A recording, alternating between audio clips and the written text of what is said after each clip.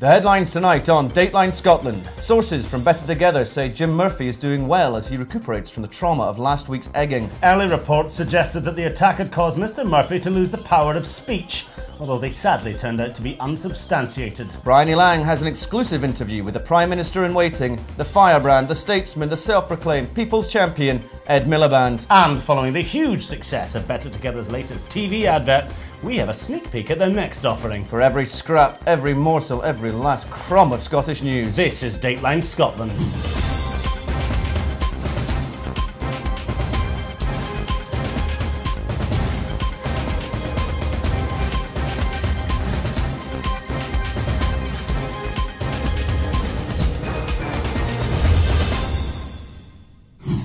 Good evening and welcome to Dateline Scotland. Tonight's top story. Following a terrifying ordeal earlier this week, the Labour Party's so-called street-fighting man, Jim Murphy, is convalescing in a private clinic near Mulgai, providing urgent specialist care for the recently egged. The incident took place last Thursday on the mean streets of downtown Kirkcaldy, just as Murphy had gotten halfway through the second verse of Neil Diamond's Love on the Rocks.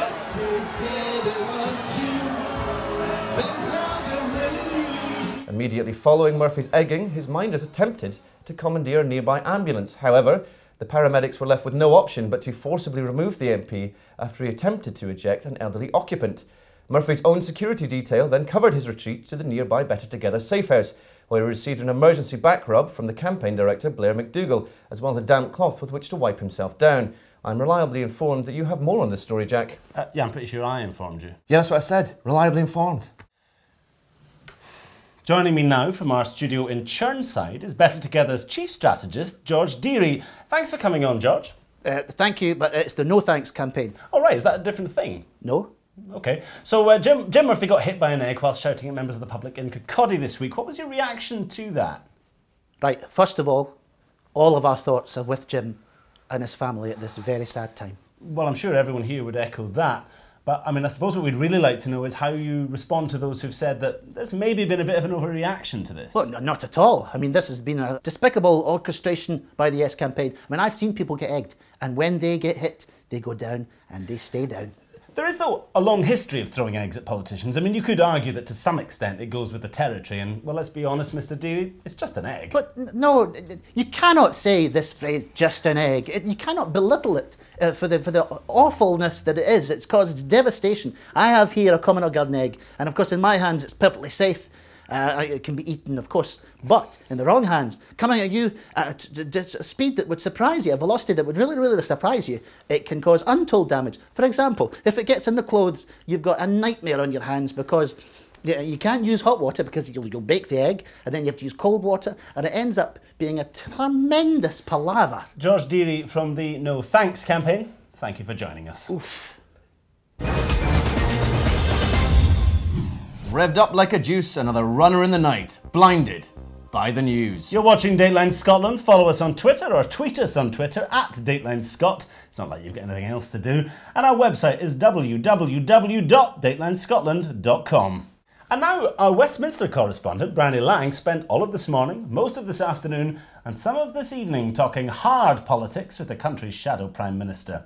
Here is our exclusive interview with Ed Miliband.